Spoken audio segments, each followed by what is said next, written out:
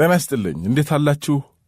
የዘመኑ ሴራ ከሚለው ላይ የአቤል አለማየሁ መጽሐፍ ዩኒኳ ቀጨኔ የሚለው ልጋብዛችሁ። ቀጨኔ ቀጠን ሰልከክ ወጣ ያለችና ራሷን የቻለች ሰፈር ናት። የምትኖር የራሷን ኑሮ ነው። አትድረሱባት እንጂ አትደርስባችሁም። የሚያማምር ሕንጻ መኖሪያ ቤትና ካፌ ባይኖራትም ያልተነገረ ፎቅ የሚያህል ባህልና ትውፊት አላት። ቦሌ ካፌዎች ላይ በርገር እየገመጡ ለስላሳ መጠጥ በርዘው እየጠጡ ቀሽት ሴቶችን ከማየት ይበልጥ ያልተበረዘውን የቀጨኔ የሴት ሽማግሌዎች ታሪክ መስማት መንፈስን ያነቃቃል። ከዘመናዊው የሪል ስቴት ቤቶች ውበት በላይ የቀጨኔ ደሳሳ ቤቶች ውስጣዊ ተግባራት ርዕስ መሆን የሚችሉ ናቸው። ታላላቅ ኩባንያዎች ከሚያስመጧቸው መኪናዎች ይልቅ የቀጨኔ የላዳ ታክሲዎች ማዕከልነት ትኩረትን ይሰርቃል። ብዙዎች በዚህ ባለው መድኃኔዓለም ደብር የሚያውቋት ቀጨኔ ላይ ማቆሚያ ቦታ ወይም ግቢ አይኖራቸው ይሆናል እንጂ መኪና ያጡ። በሰርግ በሐዘንና በበዓላት ያላቸው የተለያየ መስተጋብር እውነት መሆኑን ለማመን የሚያስቸግር ነው። ያለነው ለእዝን አጥሚት በሚወሰድበት፣ ሴት ሽማግሌዎች ልጅሽን ለልጃችን ብለው ሽምግልና በሚልኩበት፣ ለቀዳሜ ክብር ሥራ ንክች በማይደረግበት፣ አይን የማትሞላ የምትመስለው ግን ሙሉ ሰፈር ቀጨኔ ብዙ የታክሲ ባለቤቶች በአንድ ስፍራ ሰብሰብ ብለው የሚገኙባት ሰፈር ናት። በነፍስ ወከፍ በአንድ ቤት አንድ ታክሲ የተባለ ይመስል ብዙ ቀጨኔያውያን የታክሲ ቢዝነስ ውስጥ አሉበት። ቀጨኔዎች ዘመናዊ ቦይንግ አውሮፕላን ገዝታችሁ ብትሰጧቸው በላዳ ወይም በሚኒባስ ታክሲ ቅይር ለመጠየቅ አያመነቱም። እናንተ አመድን በዱቄት የለወጣችሁና የሸወዳችሁ መስሏችሁ ይሆናል። ተሳስታችኋል። በቀጨኔ 4 ጎማ ካለው ተሽከርካሪ ይበልጥ ቅድሚያ የሚሰጠው ነገር የለም። ቀጨኔዎች መርከብ ወይም ሄሊኮፕተር የማይገዙት ገንዘብ ስለሌላቸው ሳይሆን ከቀጨኔ ፒያሳ ሰው ለማጓጓዝ የማይረዱ መናኛ ዕቃዎች ላይ ገንዘባቸውን ማዋል ስለማይወዱ ነው። ማለዳ 12 ሰዓት ወይም ምሽት ከ3 ሰዓት በኋላ ቀጨኔ ብትደርሱ አይናችሁን ማመን ያቀታችኋል። ሰማያዊው ትርምስ ታክሲዎቹ አድማ መጥተው የተሰበሰቡ ይመስላችኋል። በቀጭኗ ቀጨኔ መኪና ማቆሚያ ደርባባ ግቢ አይደለም ሞንዳላ መቀመጫ ያላት ሴት የሚያስገባ ቤት ማግኘት ስለሚያስቸግር ታክሲዎቹ ደጅ ብርድ እየጠጡ ለማደር ይገደዳሉ። ውርጭ ያንሰፈስፋቸው ይሆናል እንጂ ሌባ ንክች አያረጋቸውም። ቀጨኔ ላይ መባ እንጂ ሌባ የለም። ለፖሊስና ህብረተሰብ ፕሮግራም ምስጋና ይግባውና ሌባ የሚለውን የቃሉን ትርጉም ሳያሳውቃቸው በፊት ሌባ ሲባል እሱ ደግሞ ምን አይነት መኪና ነው ብሎ ይጠይቁ ነበር አሉ።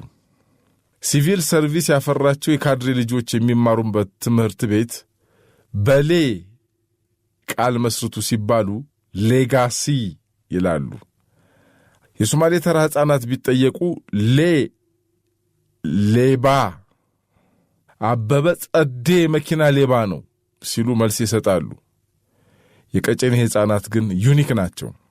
ህልማቸው፣ አረፍተ ነገራቸው፣ ምሳሌያቸው ምርታማ ነው። በሌ ፈጥነው ሌላ ቃል መስርተው ድፋባቸው ሌላ ላዳ ገዛ የሚል አረፍተ ነገር ለመስራት ሰከንድ አይፈጅባቸውም። ብዙዎቹ የቀጨኔ ሕፃናት ከብዙ የአዲስ አበባ ብላቴናዎች በተሻለ ወደፊት ምን እንደሚሆኑ ጠንቅቀው ያውቃሉ። ምን መሆን ትፈልጋለህ ሲባሉ በአገሩ የህዳር በሽታ የገባ ይመስል ዶክተር ምናምን እያሉ ጊዜ አባክኑ። መጠንና አይነቱ ይለያይ እንጂ በታክሲ ፈሰስ እንደሚለው አያጡትምና ባለ ታክሲ መሆን እንደሚፈልጉ በመናገር ጊዜና ቃላት ይቆጥባሉ።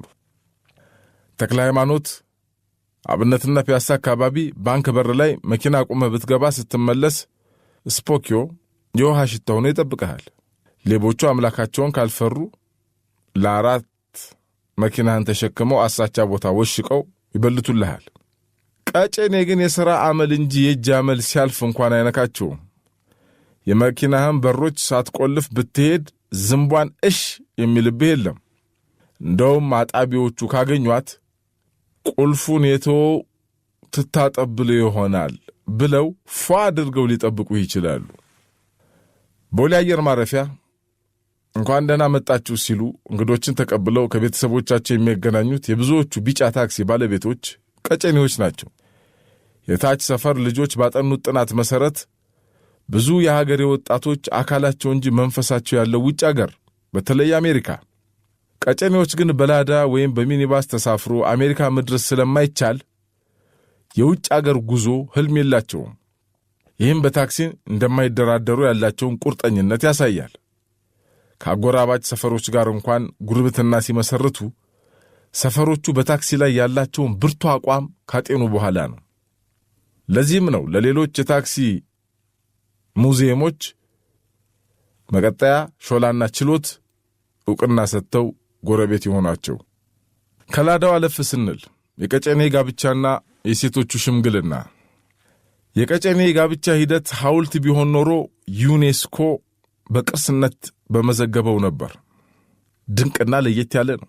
የዘመናችን ልጆች እነ ኪኪን ወይም ወይኔ በማማ ሞት የሚያስብላቸው አይነት ጥንዶቹ ለመጋባት ከተስማሙ በኋላ አሊያም ወንዱ ልጅትን ወዷት ውሃ ጣጬ ትሆናለች ብሎ ሲያስብ ቤተሰቦቿ በሚያመቻቸው እሁድ ቀን ሽማግሌ ይልካል። የሚላኩት 6ቱም ሽማግሌዎች ሴቶች ናቸው። ስለ ሴቶች እኩልነት ያለ አስተማሪ የቀጨኔን ያህል ቀድሞ የተረዳ የለም። የሙሽራው እናት በሕይወት ከሌሉ አክስት ወይም የቅርብ ዘመድ ከሽማግሌዎች ጋር አብረው ወደ እጩ ሙሽራዋ ቤት በመሄድ ልጃችሁን ለልጄ ይላሉ። ሴቶቹ ሽማግሌዎች የቀጨኔ ብራንድ ናቸው።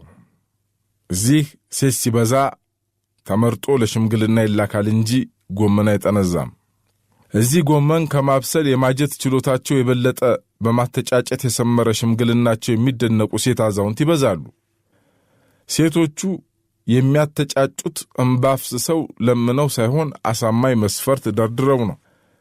ለመጀመሪያ ለሽምግልና በሄዱበት ቀን እሽታው ወይም እምቢታው አይነገራቸውም። ለሳምንት ይቀጠራሉ።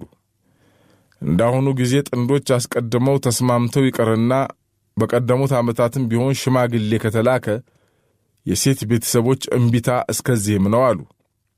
ዘር ሲቆጠር ቤተሰብ ሆነው ካላረፉትና የጤና እክል ከሌለ በስተቀር። በሁለተኛው ሳምንት የሴቷ ቤተሰብ ይሁንታቸውን ያሳዩአቸዋል። ስለተስማማን ሳምንት ኑና እንጀራ እንፋተት በማለት። ለሶስተኛ ጊዜ ሴቶቹ ሽማግሌዎች ወደ ሴቷ ቤት መሄዳቸው ነው። ዛሬ እንዲሁ በባዶ ቤት አይሸኙም። የእጩ ሙሽራው እናት ከሽማግሌዎቹ ጋር ሴቷ ቤተሰቦች ቤት እንደደረሱ ወደ ጓዳ ያማትራሉ። ሞሰብ ከፍተው 3 እንጀራ ቦጭቀው ወይም ቆርሰው ትሪ ላይ ያኖራሉ። ይህም እንጀራ መፋተት ይባላል። የተቆረሰውና ሞሰቡ ላይ የቀረው ወይም የተቦጨቀው እንጀራ ዝምድና ማጠናከራቸውን ወይም መቋረስ ይሉታል ማሳያ ነው። መፋተቻው የተቆረሰው ደረቁ እንጀራ እየዞረ ይበላል። መፋተቻው የሚቀመጥበት ሞሰብ አዲስ ነው። የልጃቸው የክብር ቀን ነውና እናት ገበያ ወጥተው ሞሰብ ይገዛሉ።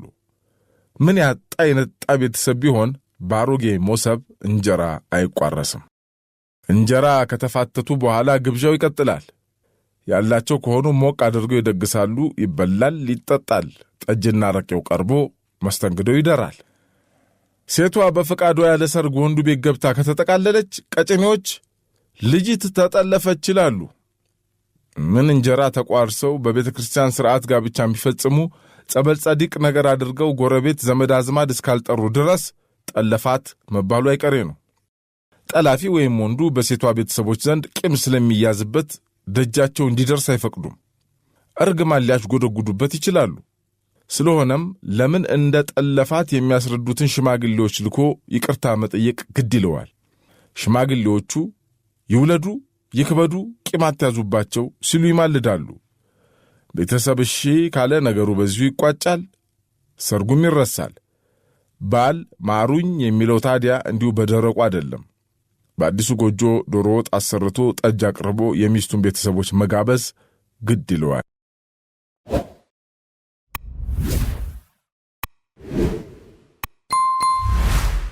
የመቀሌ ቀልዶች ተስፋዬ ገብረአብ ጸሐፊው ነው። በመቀሌ ከተማ የቀልድ ነገር ሲነሳ ካሳ ደበስና አስፋቸው ፈቃዱም አብረው ይነሳሉ። ከማለዳው 4 ሰዓት ጀምሮ የጠላ ገበያ በሚደራበት መቀሌ ቀልድ ትልቅ ስፍራ ይሰጠዋል። ጥርስ የማያስከድኑ ቀልዶችም በጠላ ቤቶችና ባረቂ አዳራሾች ይንቆረቆራሉ። ሁለቱ የቀልድ አባቶች ዛሬ በሕይወት ባይኖሩም የከተማይቱ ነዋሪዎች ግን ያነሳሷቸዋል። ጥቂቱን ለአድማጮች አቅርቤያለሁ። በአማርኛ ሲቀርቡ ግን ያስቁ ይሆን? አስፋቸው ፈቃዱ ማመልከቻ በመጻፍ የታወቁ ነበሩ ይባላል። ታዲያ ከዕለታት አንድ ቀን አንዲት የመንደሩ ነዋሪ ለፍርድ ቤት ማመልከቻ ይጻፉልኝ ትላለች። ትከፊኛለሽ? ገንዘብ ስለሌለኝ በነፃ ይጻፉልኝ። አስፋቸው ተስማምቶ የሚከተለውን ማመልከቻ ጻፉላት። ለበነፃ ፍርድ ቤት በነፃ በመሆኑ በነፃ እንዲሆን በነፃ ሆኗል። በነፃ ተጽፏል። ነፃ አመልካች ነፃ። አመልካቿ አስፋቸውን አመስግናና መርቃ ከማመልከቻዋ ግርጌን ፈርማ አስቀምጣ ማመልከቻዋን ለፍርድ ቤት አቀረበች። የደብዳቤውም ታሪክ እነሆ በመላው መቀሌ እስካሁን ይነገራል። አንድ ጊዜ ደግሞ አስፋቸውን በሬ ስለወጋቸው ክፉኛ ተጎዱ። ከህመማቸው እንዳገገሙ የበሬውን ባለቤት በቆየ ቂም ተነሳስቶ በሬውን ልኮ አስወግቶኛልና ይካሰኝ ሲሉ ከሰሱ። አገር ጉድ ብሎ ተሰበሰበ። ዳኛው ግን እንስሳ መልእክት መቀበል ስለማይችል አይከስህም ብለው ጉዳዩን በአንድ ቀን ዘጉት። በውሳኔ የተከፉት አስፋቸው ታዲያ ጥይቱ የሚባል ውሻቸውን አስከትለው ባላንጣቸውን አድብተው ይጠብቁ ጀመር። እናም አንድ ቀን ብቻውን አገኙት። ውሻውን ጃስ ሲሉትም ተወሩሮ የባለበሬውን እግር ይቦጭቀዋል። በዚህ ተከሰው ፍርድ ቤት ሲቀርቡም የሰጡት መልስ እንስሳ መልእክት መቀበል አይችልም የሚል ነበር። ቅጣቱ ግን አልቀረላቸውም። አስፋቸው በደርግ ዘመን ቤታቸው ስለተወረሰባቸው ብዙ ስራዎችን ይሰሩ ነበር። ቆዳ እያለፉ ይሸጡም ነበር። አንድ ቀን ታዲያ በአህያቸው ቆዳ ጭነው ወደ ገበያ ሲያዘግሙ አንዱ ቆዳ ይሸጣል ሲል ይጠይቃቸዋል። አይ የለም ለርቢ ነው ለርቢ። በመቀሌ ከተማ የታወቁት ነጋዴ የካሳ ደበስም ስም በተደጋጋሚ ይነሳል። በቀይ ሽብር ዘመን የካሳ ደበስ 2 ልጆች የተለያዩ ቦታዎች ይታሰሩባቸዋል። አንደኛው ልጅ ወህኒ ምርመራ፣ ሌላው እንዳኢየሱስ በተባለ ራቅ ያለ ስፍራ። ይሄን የካሳ ደበስ በወቅቱ ለነበሩት ሹም የሚከተለውን ደብዳቤ ጻፉ።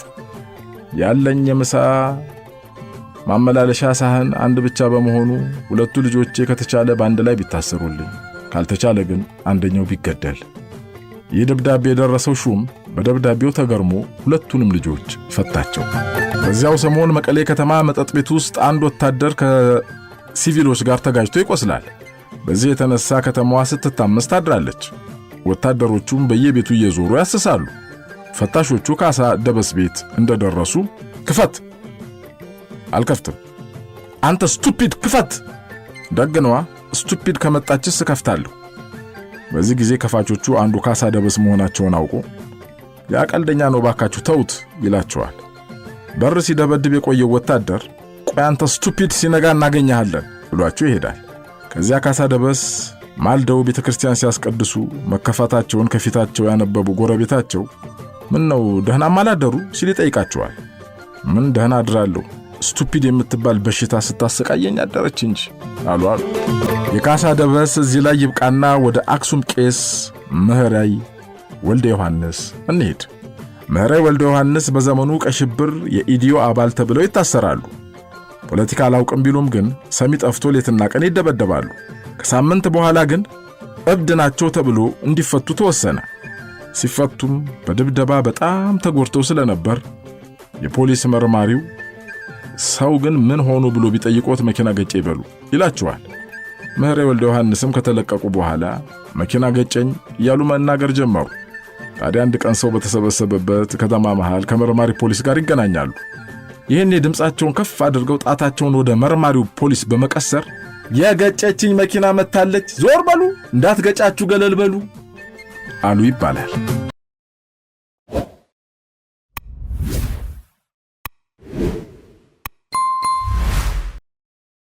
አራስ ቀያሚ አይደለም ስለማታኙ እኮ ነው እንጂ ሲጣበብብኝ ውሎ ያደረች ቆንጆ ነኝ። በውበት ብርሃን በመውደድ ብልጭታ ገድላ ታነሳለች በጥርሷ ፈገግታ አይደል ያለው ዘፋኙ። እንግዲህ እግዚአብሔር የስሜት ባለቤት ከሆነ የእርሱም ፈገግታ የመሰለው ውበት አለሽ ባሉኝ ማግስት ምን ያደርጋል የሰከነች አይደለችም ይሉኛል። ፈገግታሽ የሰማይ መላእክትን መጎናጸፊያ ይመስላል ባሉኝ ማግስት እንደ ሸርሙጣ ታሽካካለች ይሉኛል። የሰውነቴን መዋቅር ከምርጥ ቀራጺው ውብ ቅርጽ ጋር ባነጻጸሩት ማግስት ክብሯን አትጠብቅም ለስሜቷ ትተኛለች ይሉኛል። አይሰው አረሰው አለሰው ደሞ ሌላ ላስከትልላችሁ። ያላዋቂም አይደለም። ቤተሰቦቼንና በደቦ ያሳደጉኝን የሰፈሬን ሰዎች ጨምሮ የሚያውቁኝ ሁሉ ከመዋለ ሕፃናት ጀምሮ እስከ ማስተርስ በማዕረግ መጨረሴን አድንቀው ሳይጨርሱ ምን ያደርጋል ቆማ መቅረቷ ነው ይላሉ። አይ ወይኔ ማወቅ የሚሹት ነገር ሲኖር እንዳልጠየቁኝ የዕለት መፍትሄ ሲሹ እንዳላማከሩኝ በኪሎ የሚበልጣትን መጽሐፍ ይዛ የምትዞር ጎረኛ ናት ይሉኛል። ስሜት አልባም አይደለሁም። ዛር እንዳለበት ባለው ቃቢ አብሮኝ እንዳላበደ የሚያደርገኝ ጠፍቶት በስሜት እንዳልሰከረ የሱ ብደት ጎበስ ሲያስብለው የኔ ያለ መሽኮርመም ብዙ እንደምታውቅ ባለጌ ያስበለኛል። ታውቆ ተሙቷል።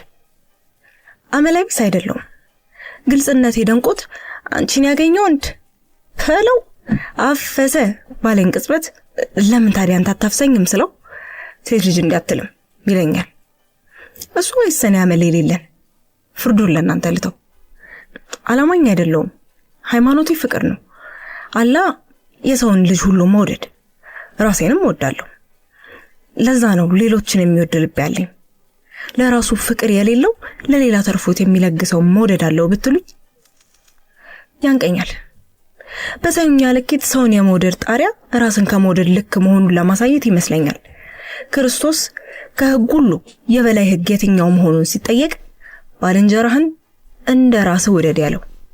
ብቻ የፈጣሪ ትርጉሙ ለኔ ፍቅር ነው። የማዳዩን ፈጣሪ ማምለክና መውደድ በአምሳሉ በፈጠራቸው ሰዎች ውስጥ አለ ብሎ ማመን እነሱን ማክበርና መውደድ ነው። ወይ ፍቅር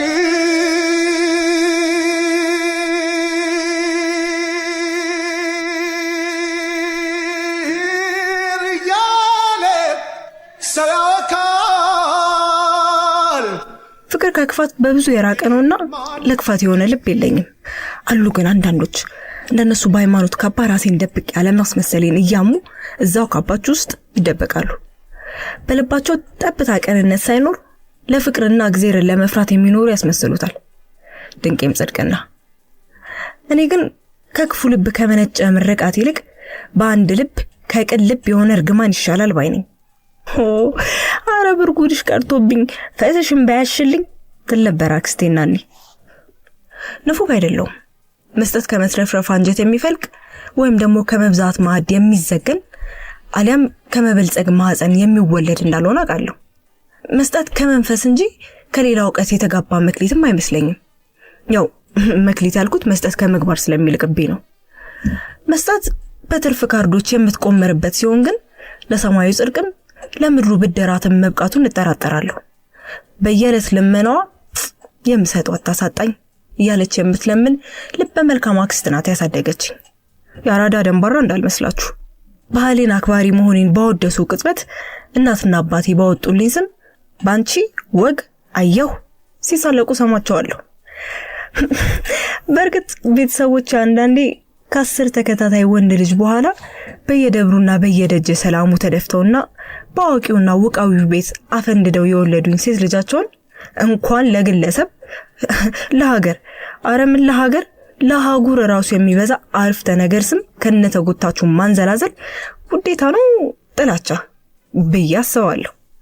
ባንቺ ወጋየው የኔ ስም መጠሪያ ሳይሆን የወላጆቼ ተረክ ነው። ያለፈ ታሪካቸውን የውልደቴን ፈንጠዝያቸውን ምናልባትም የሰፈር ሰው ሴት ልጅ ፍለጋ ደርዘን ወንድ ታቀፉ ሽሙጥ የተቀባበላቸውን ስላቂ ያመልስ ምት ምን አለፋችሁ ያደለው የህይወት እርምጃ ካፍ እስከ ገደፉ ያለ መጻፍ ይጽፋል። የኔ ቤተሰቦች የህይወት ታሪካቸውን ለአመታት እንዲነበብ በእኔ ስም በደማቁ ጽፎታል። የሚጠራኝ ሁሉ ያነብላቸዋል። እውነታው ሰዎች ሊያወድሱ ከፈለጉ ከፈጣሪ ታናሽ ያደርጉሃል። ሊዘልፉ ከፈለጉ ደግሞ ሳጥናኤል የሚቀራበት ክፉ ያደርጉሃል። ከሰማቸው ደግሞ ራስን የመሆን እድል አይሰጡም። ሁሉም በፈለጉት መንገድ ሊቀርጹ መጥረቢያ ይስላሉ። ልብን ከከፈትክላቸው የየድርሻቸውን ጠርቦ ቅርጽ አርባ ያደርገዋል። በእርግጥ በአንድ ነገር እስማማለሁ፣ እሳት ሳይኖር ጭስ በፍጹም የለም። እሳት ባህሪን ከሚያንቀለቅሉትና ከሚያሳሙኝ ምክንያቶች አንዱ የቢኒያም አይነት ወንዶች ናቸው። ይሄ የማልቋቋመው ወንዳም ውበት ያላቸው ወንዶች። ወንዳዊ ውበት የምለው የሰፋ ደረት ትከሻ ወይም የጎላ አይንና ሰልካካ አፍንጫ አሊያም ረጅም ቁመና አይነት የአካል ውቅረቶችን አይደለም። የሆነ እንቅስቃሴያቸው፣ አስተያየታቸው፣ የከንፈራቸው እንቅስቃሴ፣ አረማመዳቸው አለ አይደል፣ ይሄ የድምጻቸው ምንት፣ አሳሳቃቸው፣ ብቻ ሽፍደት ያለበት አይነት ጥቂት ወንዶች አሉ። ቢኒ የውሸት ባሪ ዳግማዊ ታናሽ ወንድም ከጥቂቶቹ አንዱ ነው። ገና የወንድሙ ሚስት ሊተዋወቀኝ ሲል ነበር ኖ ባንቺ ወጋየው አትባልጊ ያልኩት ለራሴ።